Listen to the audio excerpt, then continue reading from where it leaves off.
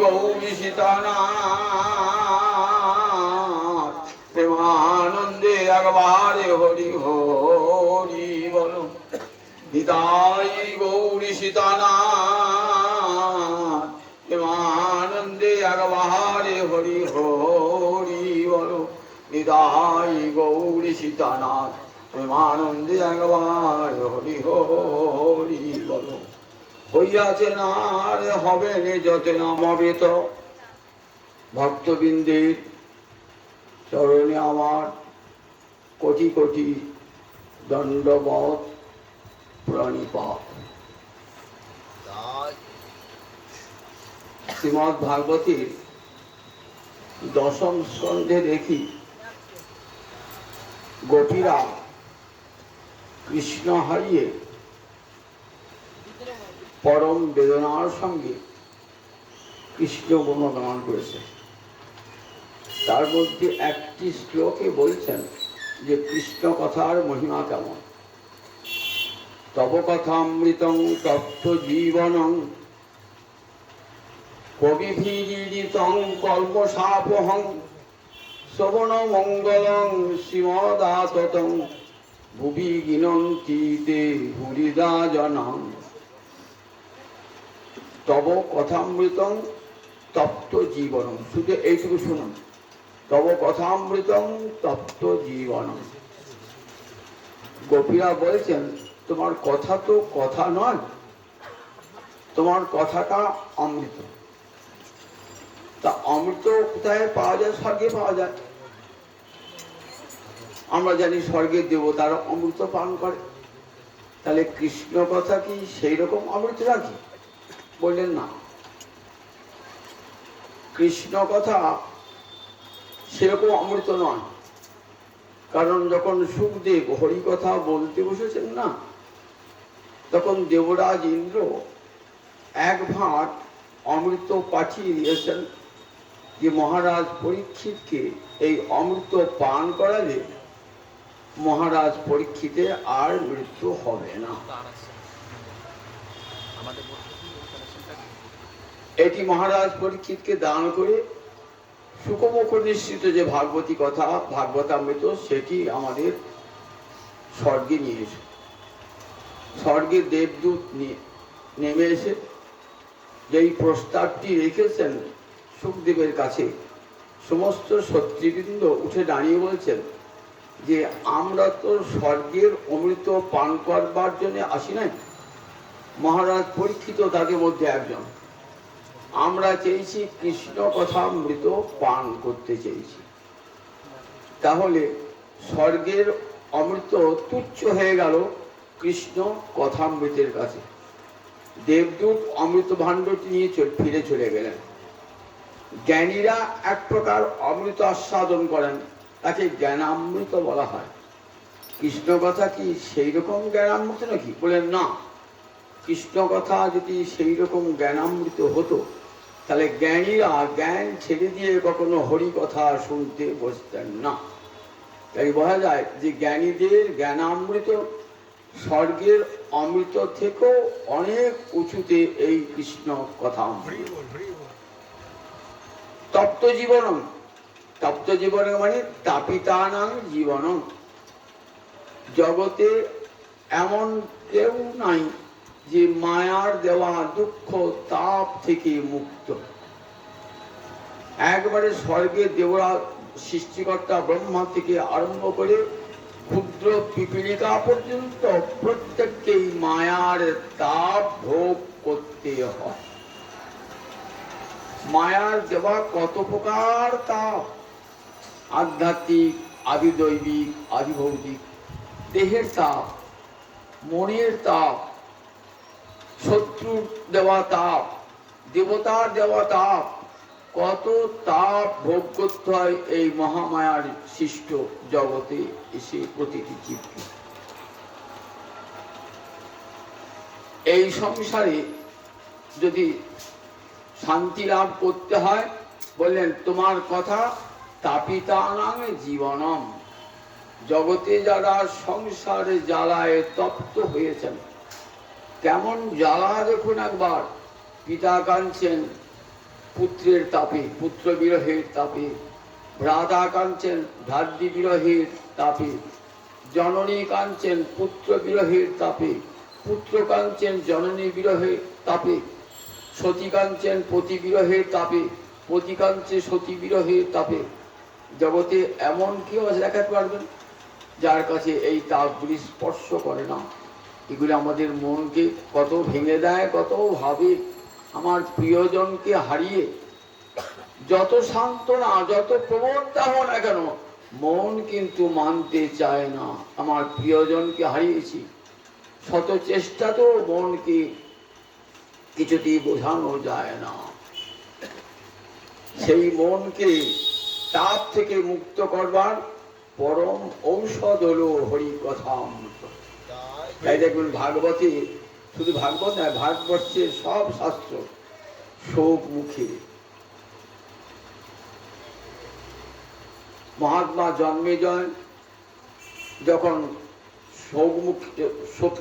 শোকার্ত হয়েছেন পিতার মৃত্যুতে, তখন মহাভারত, তখন আমরা দেখি ব্যাস শিষ্য বৈশম্পায়ন এসে মহাভারতের কথা শ্রবণ করিয়েছেন।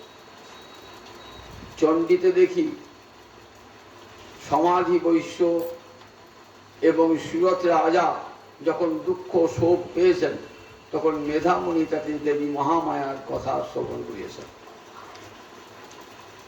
মহারাজ পরীক্ষিত যখন শোকসন্তপ্ত, 7 দিন বাদে সংসার ছেড়ে চলে যেতে হবে, তখন তাকে হরিকথামৃত পান করিয়েছেন ব্যাসনন্দন সুখদেব। অর্জুন যখন শোকতপ্ত, তখন অর্জুনকে সে আত্মতত্ত্ব শ্রবণ করিয়েছেন স্বয়ং ভগবান শ্রীকৃষ্ণ। তাহলে দেখুন, ভারতবর্ষের যত শাস্ত্র সব শোক মুখে কেমন করে শোক নিরাকরণ করতে হয়, কেমন করে শোককে চিরকালের জন্য বিদায় দান করতে হয়। শুধু গোস্বামী পাদ বলছেন, কৃষ্ণ কথার কেমন মহিমা জানো? তদেব রম্যং রুচিরং নবং নবং, তদেব শোকার্ণব শোষণং নীনাং, তদেব শাস্যন মনসো মহোৎসবং, যদ উত্তম শ্লোক যশ অনুগীয়তে। উত্তম শ্লোক যশ, গোবিন্দের যশ যেখানে কীর্তন করা হয়, সে কথা কেমন? তদেব রম্যং রুচিরং নবং নবং। একই কথা শুনছি তো প্রতিদিন মনে যেন নতুন শুনছি, ঋতুই নব নব বলে মনে হয়। শোকার্ণব শোষণং নীনাং বললেন, শোক তো নয়, শোকের অর্ণব অর্থাৎ সমুদ্র, শোকের সমুদ্র শোষণ করে দেয়।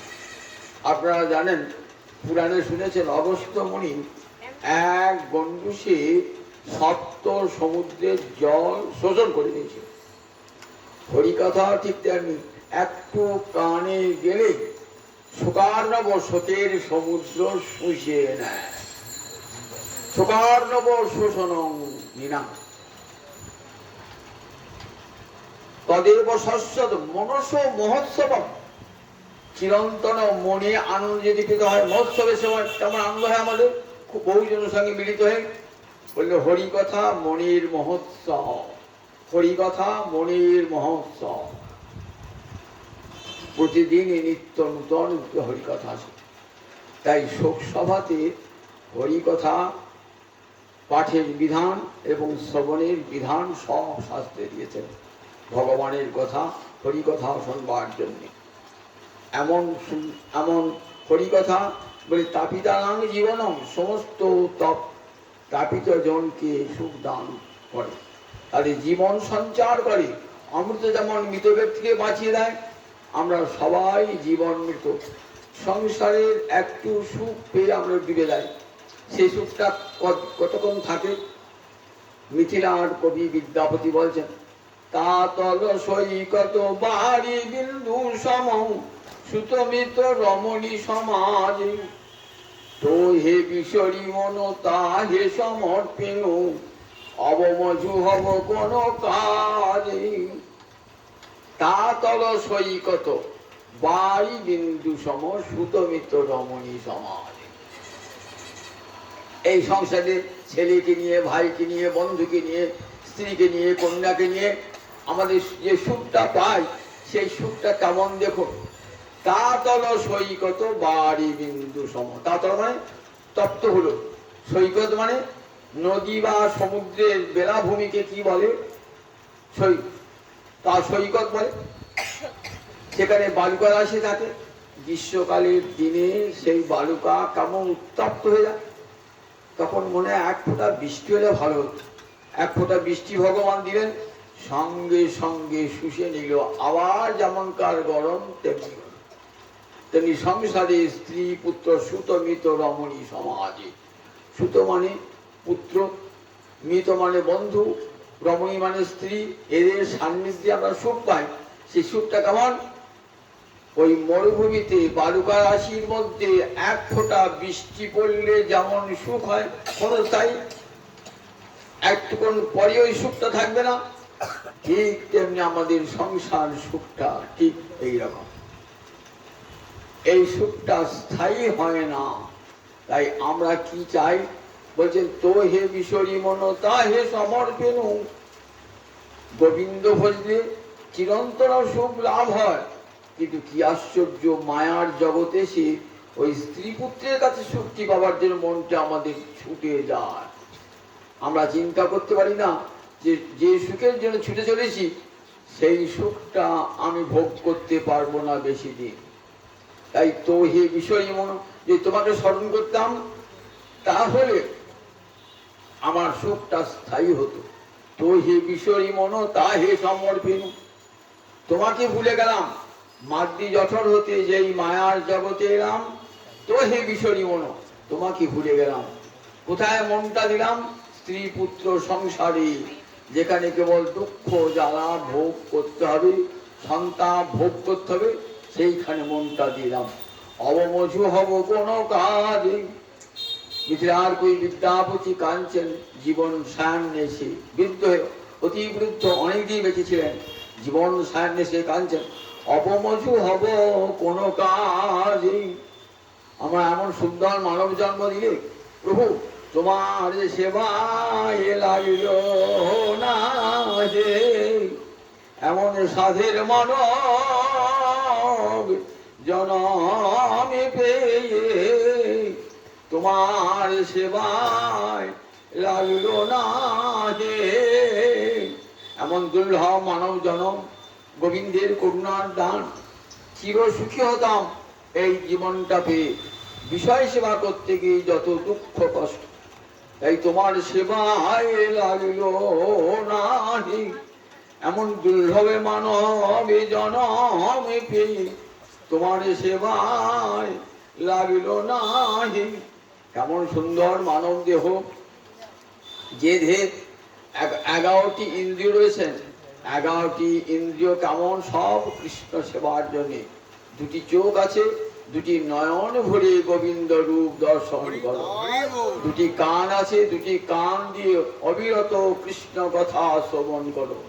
জিহ্বা আছে, জিহ্বা দিয়ে অবিরত গোবিন্দের গুণকীর্তন বর্ণনা করো। দেখবে সংসারের কোনো দুঃখ তাপ তোমাকে স্পর্শ করতে পারবে না।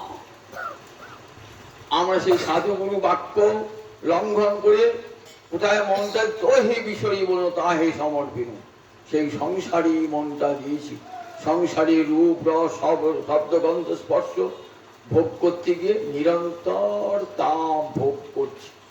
জগতের এমন কেউ নাই যে শোক দুঃখ তাপ ভোগ করে না। সৃষ্টিকর্তা ব্রহ্মা থেকে আরম্ভ করে ওই পিঁপড়েটাকে জিজ্ঞাসা করুন, দেখবেন সবাই সুখের সন্ধানে। ব্রহ্মাকে জিজ্ঞাসা করুন, ব্রহ্মা তুমি কি চাও? বলবে সুখং মে ভুয়া, আমার সুখ। দুঃখং মে মাভু, আমার যেন কখনো দুঃখ না হয়। স্বর্গের দেবতাদেরকে জিজ্ঞাসা কি চাও গো?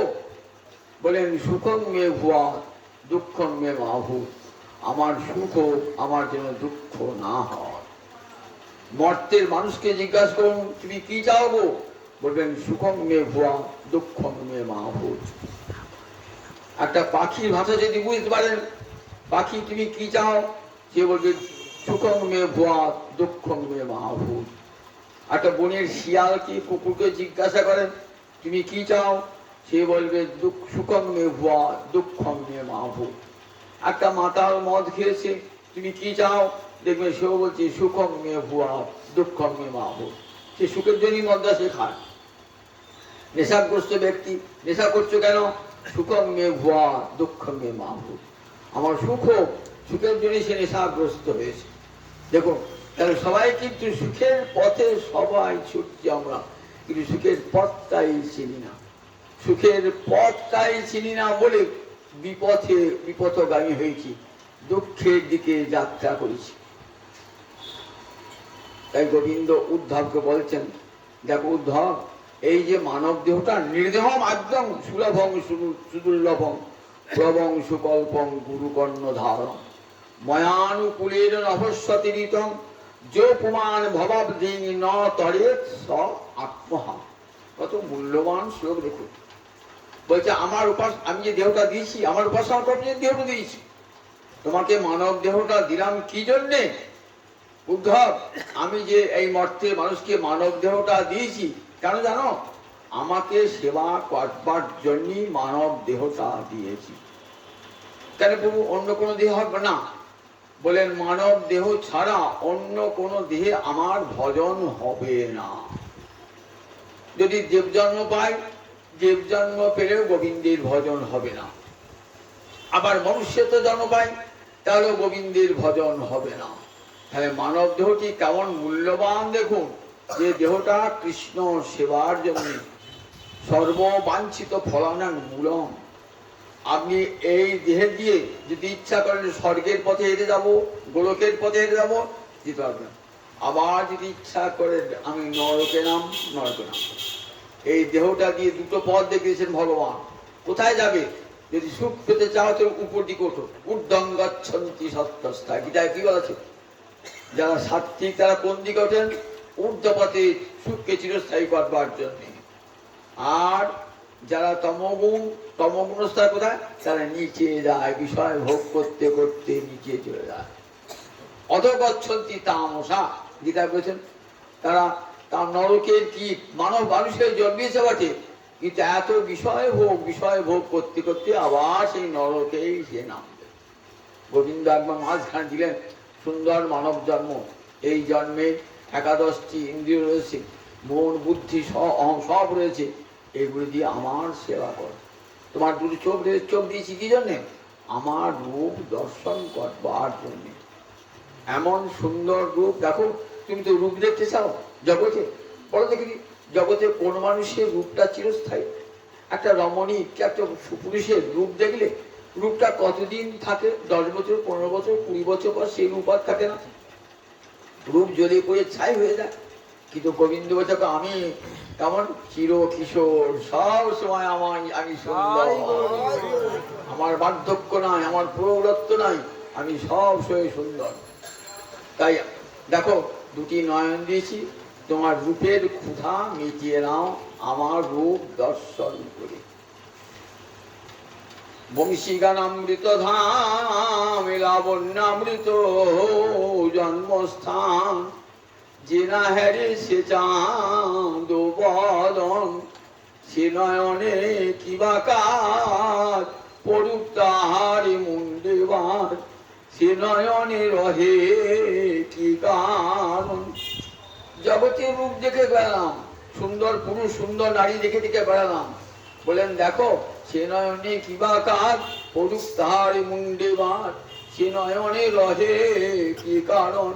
ওই গোপীর মতন নয়ন নিয়ে গোবিন্দ দর্শন করো, প্রেমের কাজল ভরা নয়ন নিয়ে গোবিন্দ দর্শন করো, দেখবে সব সুখ তোমার করা হচ্ছে। আর কি শুনবে, পরনিন্দা পরচর্চা না, যত পরনিন্দা পরচর্চা শুনবে তত তাপ তোমাকে সে গ্রাস করবে। কৃষ্ণের মধুর বাণী অমৃতের তরঙ্গিনী, তার প্রবেশে নাহি যে শ্রবণে। কৃষ্ণ কথা অমৃতের নদী, শত প্রবাহিত হয়ে আপনার কর্ণে এসে প্রবেশ করছে।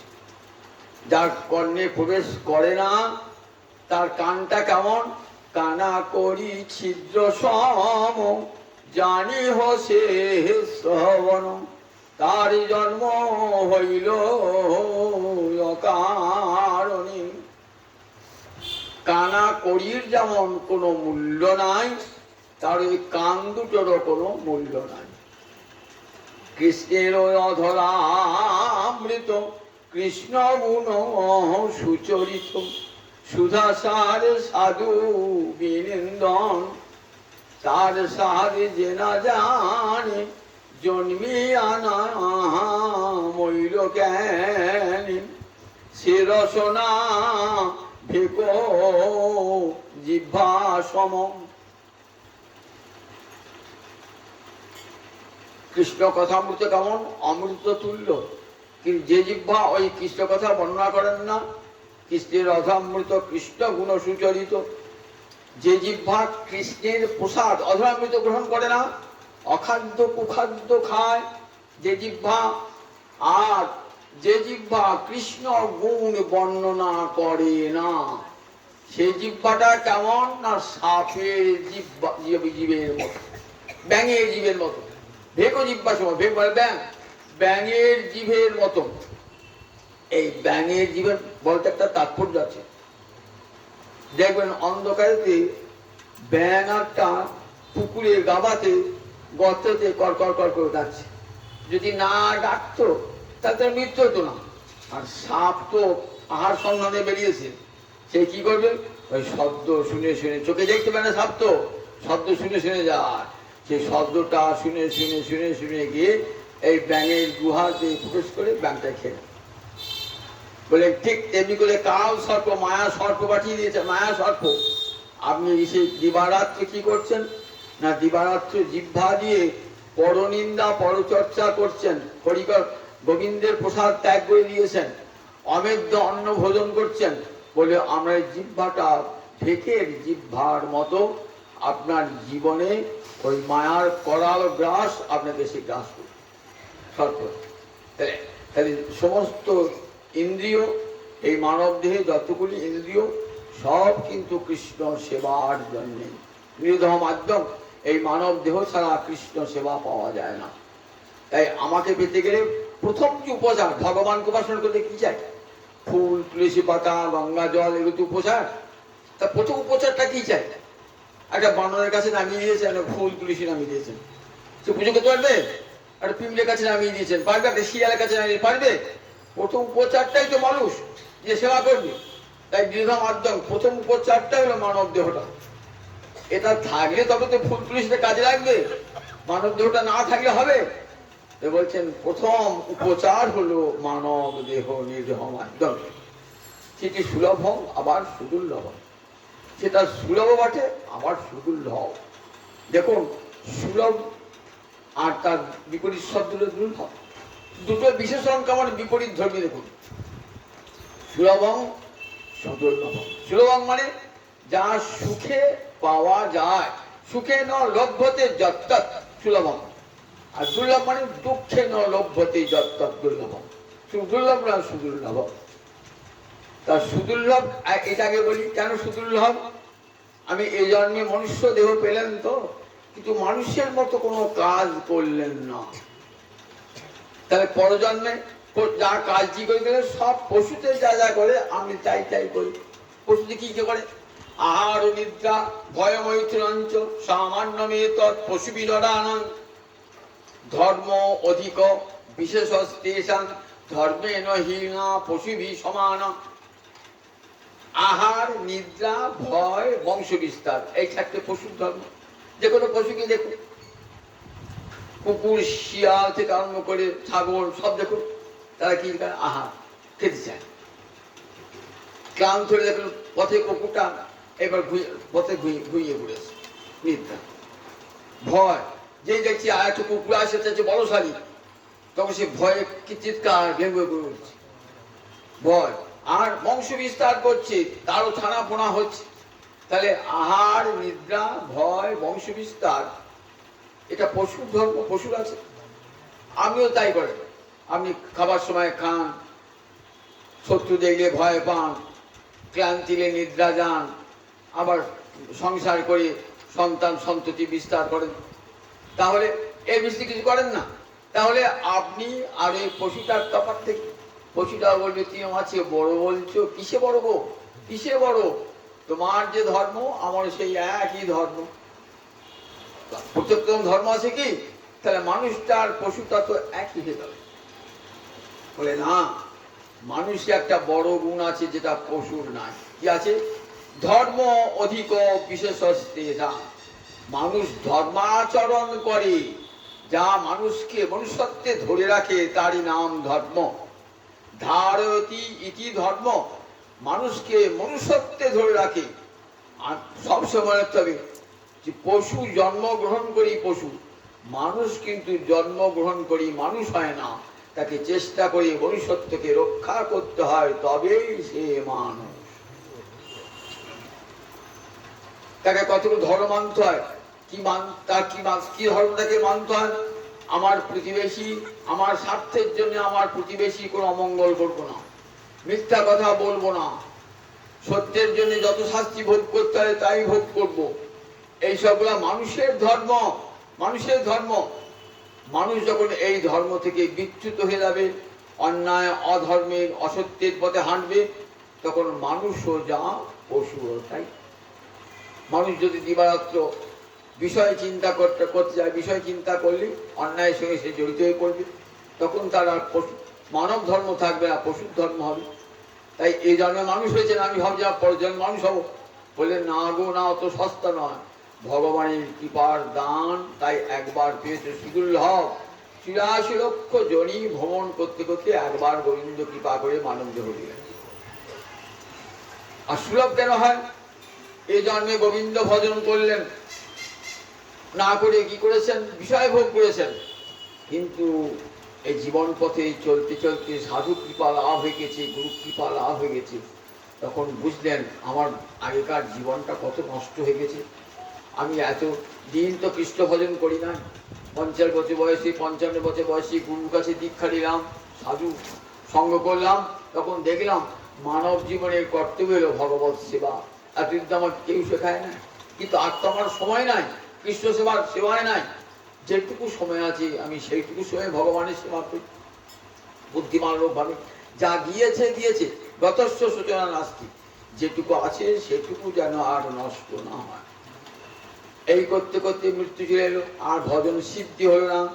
কিন্তু মনে যদি বাসনা রাখেন, হে গোবিন্দ আবার যেন মানব জন্ম দিও, সেই জন্মের প্রভাতে থেকেই আমি হরে কৃষ্ণ কৃষ্ণ কৃষ্ণ হরে হরে, হরে রাম রাম রাম যেন বলতে পারি জীবনের প্রভাব থেকে। এই জন্মে গুরু কৃপা পেলাম, সাধু সঙ্গ পেলাম, কিন্তু জীবনে একটা বিশাল সময় কাটিয়েছি তেমন করে সংসার সুখ ভোগ করতে গিয়ে গোবিন্দ ভজন হয় না। তাই এমন দিও যেন পরজন্মে প্রথম থেকে তোমাকে ভজতে পারি, তাই সুলভ হয়ে যায়, তাই সুলভ সুখে পাওয়া যায় যদি চিন্তা। তাই মৃত্যুকালে কি করেন? ক্ষণকাল যদি গোবিন্দের চিন্তা করেন, মৃত্যুকালে যদি চার অন্তরে ক্ষণকালে যদি গোবিন্দ চিন্তা করেন, গীতায় কি বলা আছে? আমাকে স্মরণ করতে করতে যদি কেউ পৃথিবী ত্যাগ করেন, তাহলে কি হয়? পরজন্মে সেই ভাব সে প্রাপ্ত হন। কিন্তু মৃত্যুকালে গোবিন্দ চিন্তা হয় না। কি চিন্তা হয় বলেন দেখি? মৃত্যুকালে আমার বউ থাকলো, ছেলে থাকলো, নাতি থাকলো, বাড়ি থাকলো, ঘর থাকলো, টাকা থাকলো, সব সোনার সংসার থেকে আমি চলে যাচ্ছি, একবার মনটা ভগবান দিকে যাবে না।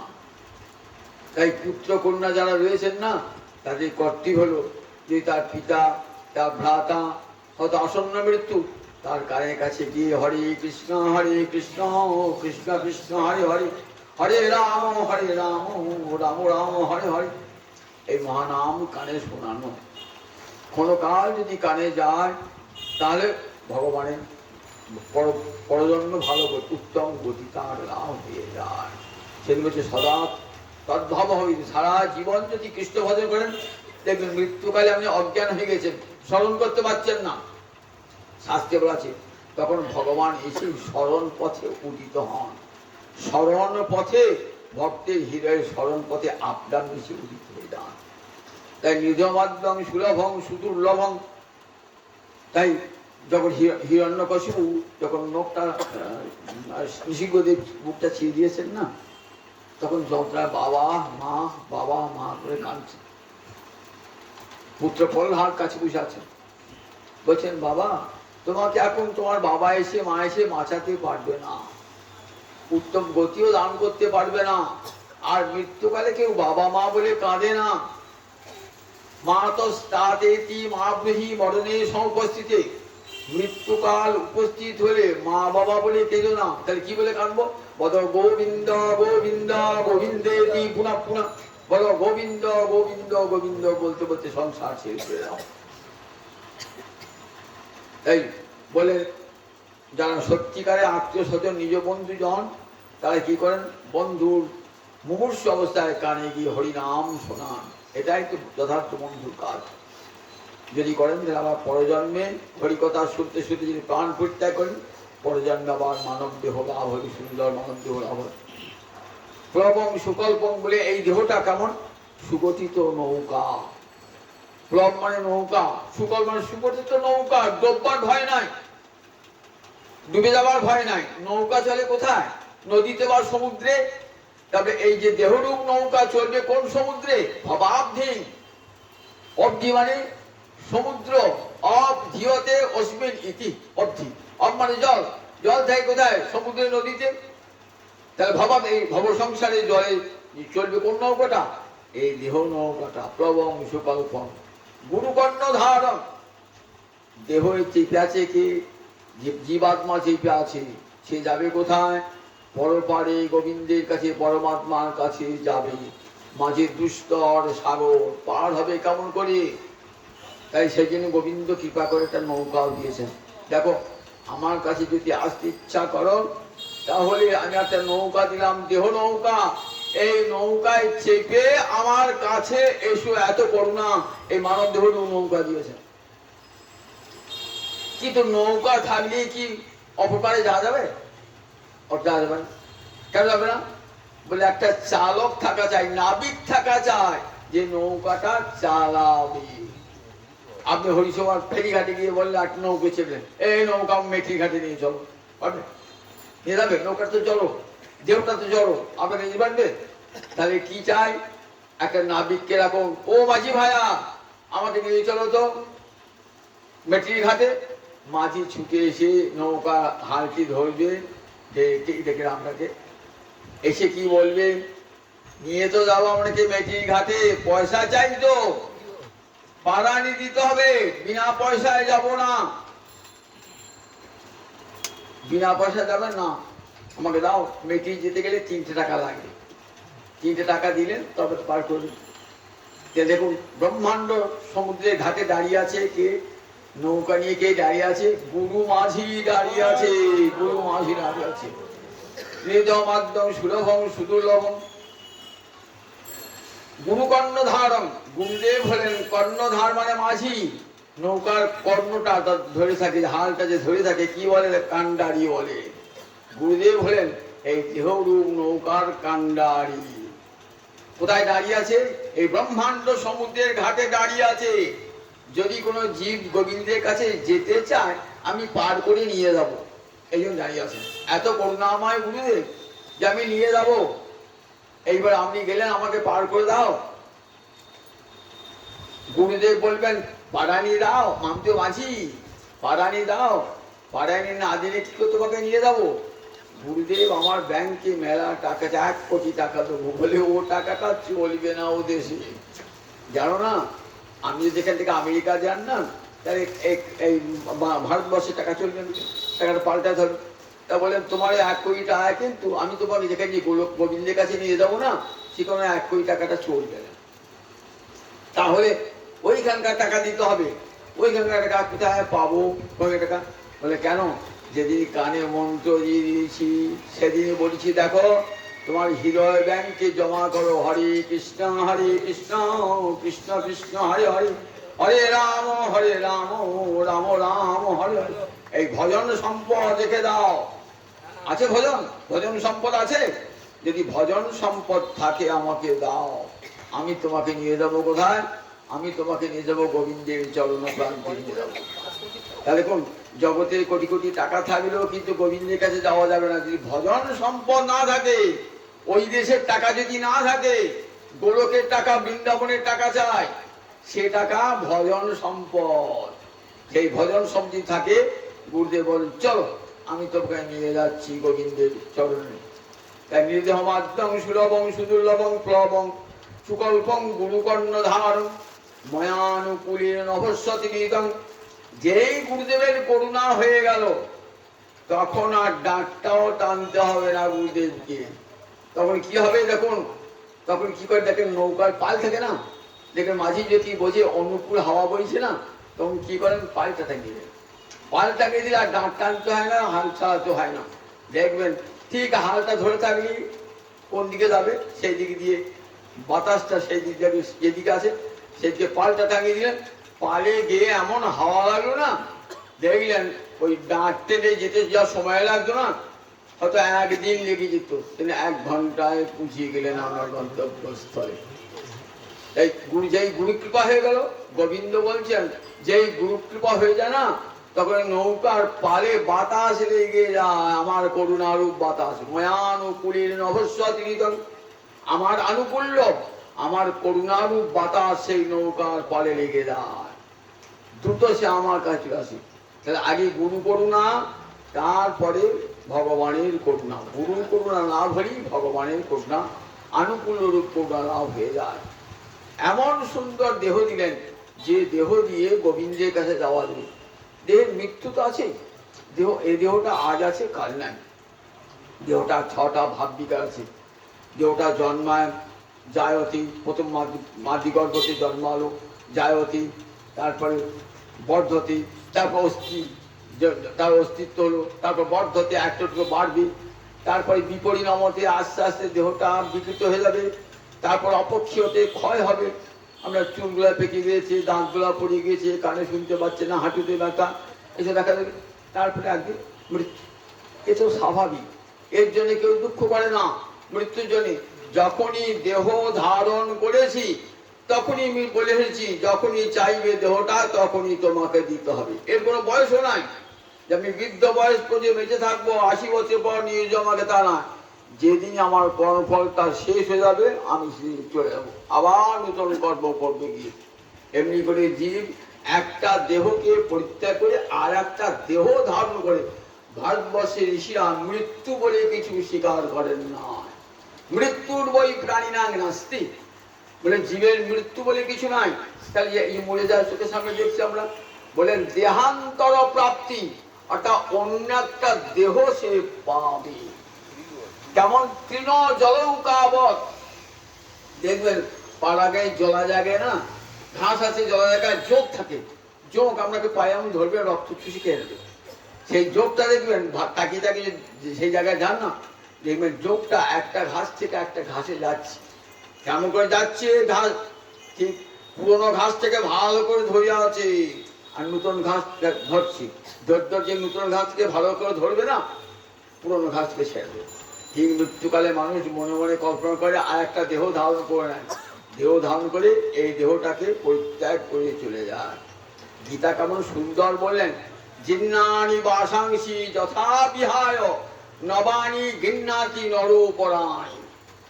জীর্ণ বসন পরিত্যাগ করে আমরা যেমন নূতন বসন পরিধান করি, তেমনি জীবাত্মা জীর্ণ বসন পরিত্যাগ করে, জীর্ণ দেহ ত্যাগ করে আবার একটা নূতন দেহ ধারণ করে। কাজে মৃত্যু বলে কোনো বস্তু নাই, মৃত্যু বলে। সেই জন্য প্রথমে বলেছে অসচ্চান অন্য শোচস্তাং, কেউ মারা গেছে বলে কেঁদো না, অসচ্চান, এটাই হলো গীতার বীজ।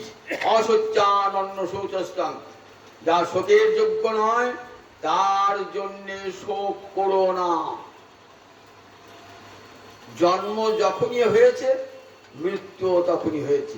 জাতস্যহি ধ্রুব মৃত্যু ধ্রুবং জন্ম মৃতস্য চ, যে জন্মিয়েছে তার মৃত্যু নিশ্চিত, আবার যে মরেছে তার জন্ম নিশ্চিত। তাহলে দুটোই নিশ্চিত।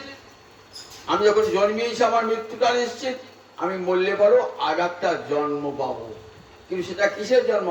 মানুষ না হয়ে অন্য কিছু হতে পারি, জন্মটা পাবো, মানুষ না হয়ে অন্য কিছু হতে পারি।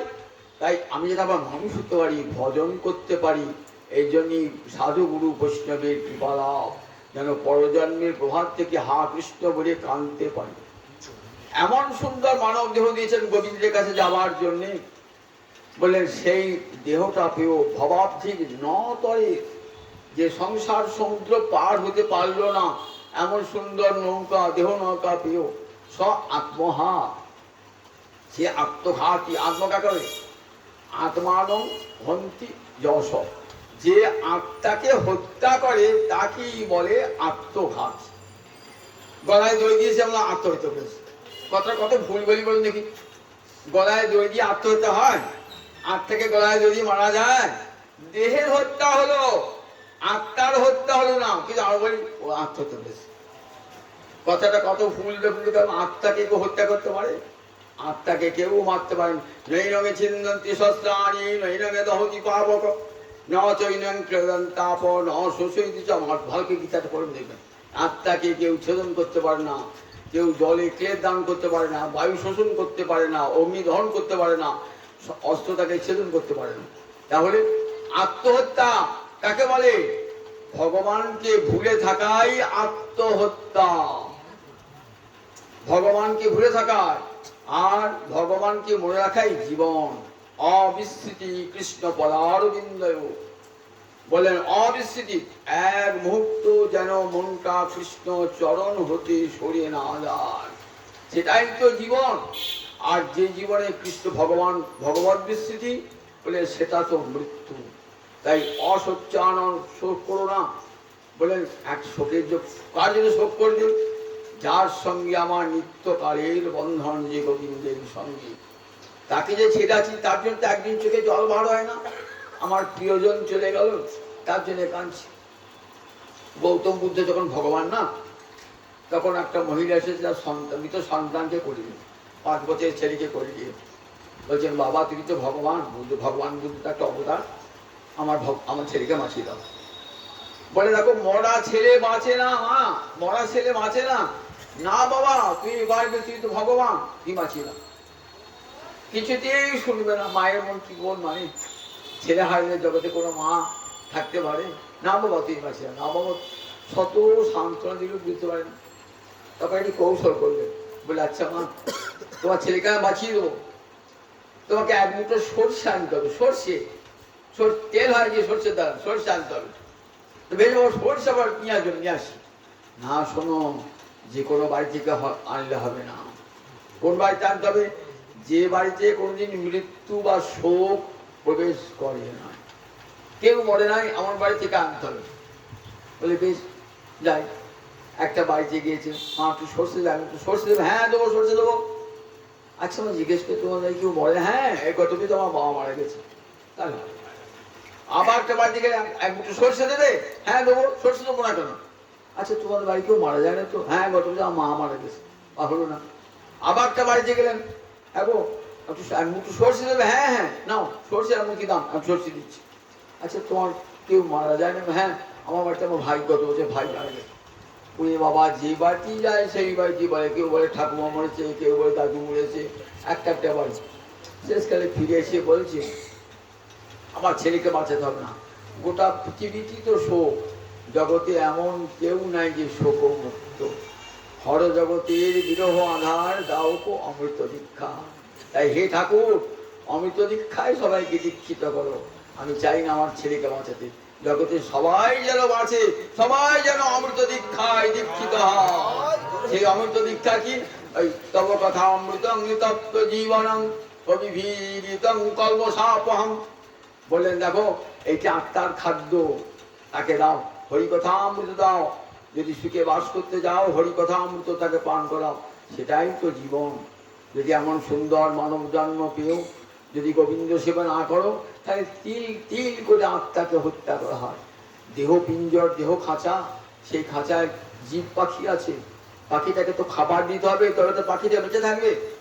আমি খাঁচা সমেত পাখি কিনেছেন, যে খাঁচাটাকে রং করছে, আজ হলুদ রং, কাল সোনালি রং, কাল নীল রং।